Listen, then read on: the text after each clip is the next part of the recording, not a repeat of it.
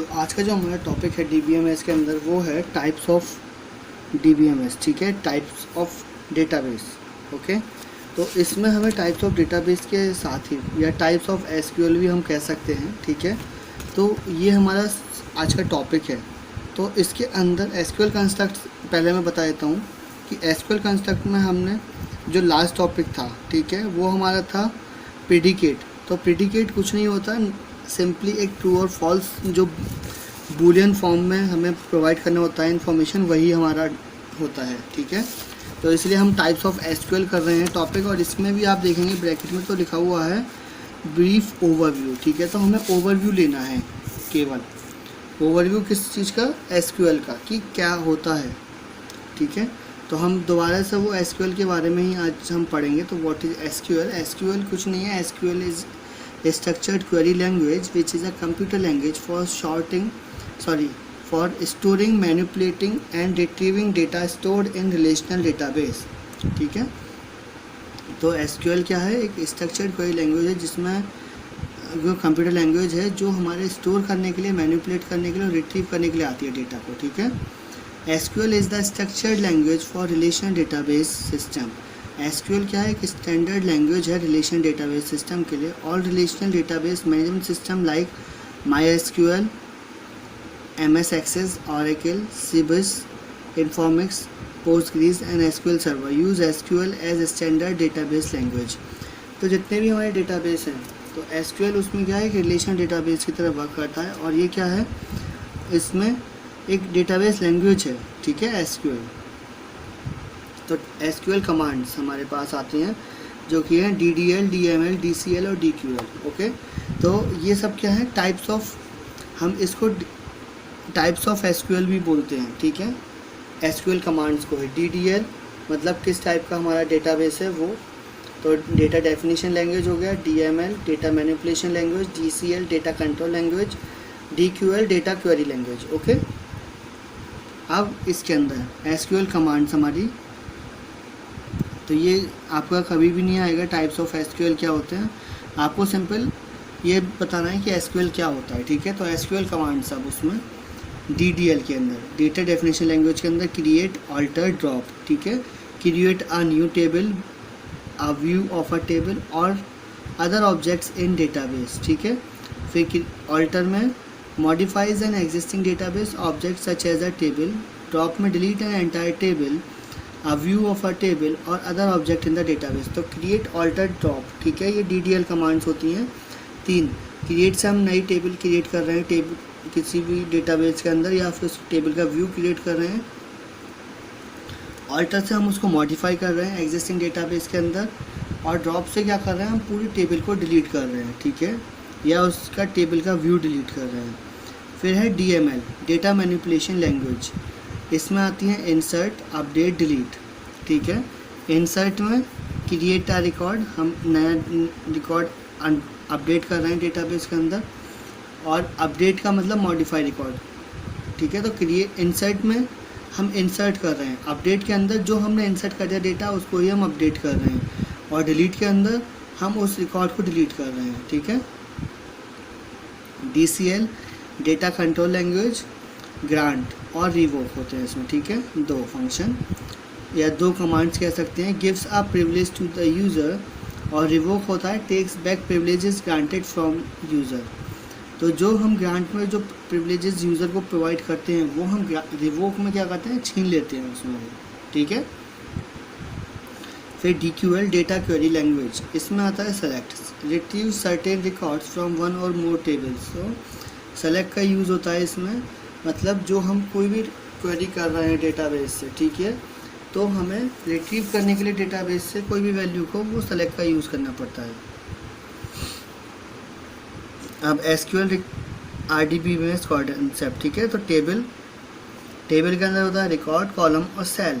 ठीक है, अब रिकॉर्ड क्या होता है, जो भी हम वैल्यू उसमें इंसर्ट कर रहे हैं टेबल के अंदर, ठीक है, वो।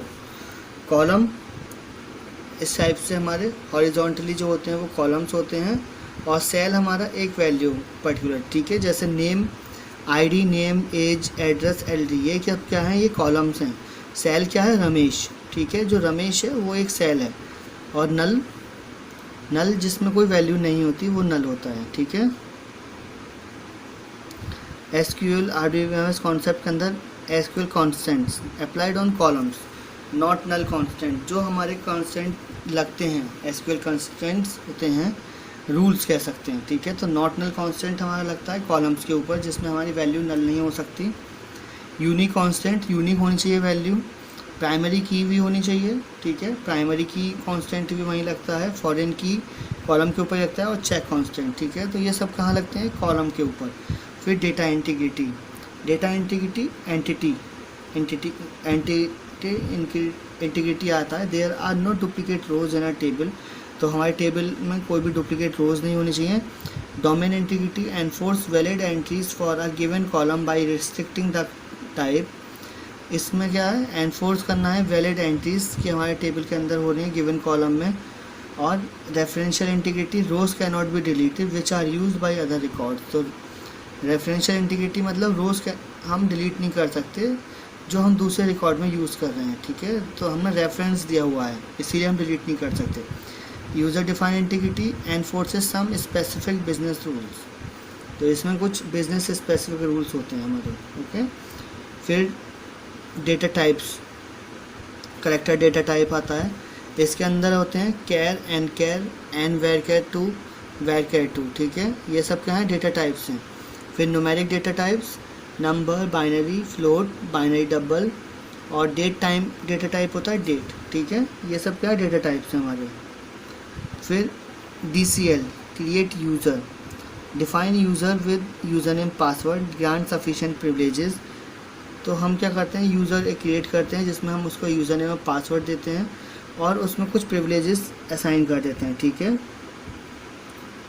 तो यहाँ पर जैसे हमने using SQL developer UI command using SQL *+ करके हमने एक कमांड से यूज़र क्रिएट कर लिया। फिर SQL में हमने क्रिएट टेबल करा, ठीक है, create table, table name column 1 data type, column 2 data type, इस टाइप से। प्राइमरी की 1 और मोर कॉलम, ठीक है।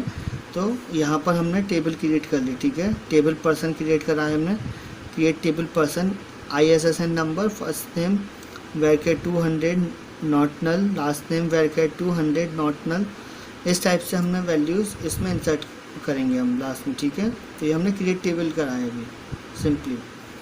फिर ड्रॉप टेबल फॉन, ठीक है, तो इससे डिलीट हो जाती है। Alter table phone, add status char, तो हम इसमें ऐड कर रहे हैं। अदर DDL कमांड्स अगर हमारे यहाँ आएंगी तो हम देख लेते हैं वो कौन सी होंगी, तो वो अभी नहीं है इसमें। फिर SQL DML insert into specific column, insert into person, birth, date, father name, last name, तो ये हम इंसर्ट के लिए यूज़ करते हैं, ठीक है, जब भी हमें वैल्यू इंसर्ट करनी है क्वेरी। DML इंसर्ट में इंसर्ट इनटू फॉरेन की, all DML commands need commit, ठीक है। तो DML कमांड्स के अंदर हमें कमिट करना होता है, जब भी हमने कोई चेंज कर दिया उसके बाद कमिट करना होगा, ठीक है, ताकि वो सेव हो पाए। फिर DML अपडेट वेयर क्लॉज, ठीक है, तो अपडेट आएगा, update person set father name equal to AAA roll back, ठीक है। और वेयर क्लॉज, अब वेयर क्लॉज से हम कंडीशन लगा रहे हैं, create person set father name equal to अरेजा where ISSN equal to 1 commit, ठीक है, इस टाइप से। फिर डिलीट वर्सेस ड्रॉप, ठीक है। तो डिलीट क्या होता है, किसी भी टेबल के अंदर कोई भी वैल्यू है या कॉलम के अंदर कोई वैल्यू है, अगर हम उसको डिलीट कर रहे हैं तो वो डिलीट होती है, ठीक है, लाइक उसको हम इरेज कर रहे हैं वहाँ से। और ड्रॉप का मतलब होता है कोई भी पूरी एंटायर टेबल है किसी डेटाबेस के अंदर, अगर हम उसको ड्रॉप पूरा हटा रहे हैं वहाँ से या उस डेटाबेस से उस टेबल को ही बिल्कुल रब कर रहे हैं तो वो ड्रॉप होता है, ठीक है। तो यहाँ पर डिलीट पर्सन, तो डिलीट पर्सन कर रहे हैं, एरर रिपोर्ट आएगा, ठीक है। अगर हमने पर्सन को कर रहे हैं तो वो नहीं हो पाएगा। Delete person where ISSN equal to 2 roll back, ठीक है, तो इस टाइप से डिलीट होगा, रोल बैक कंप्लीट। फिर ये स्कीमा है, ठीक है, HR स्कीमा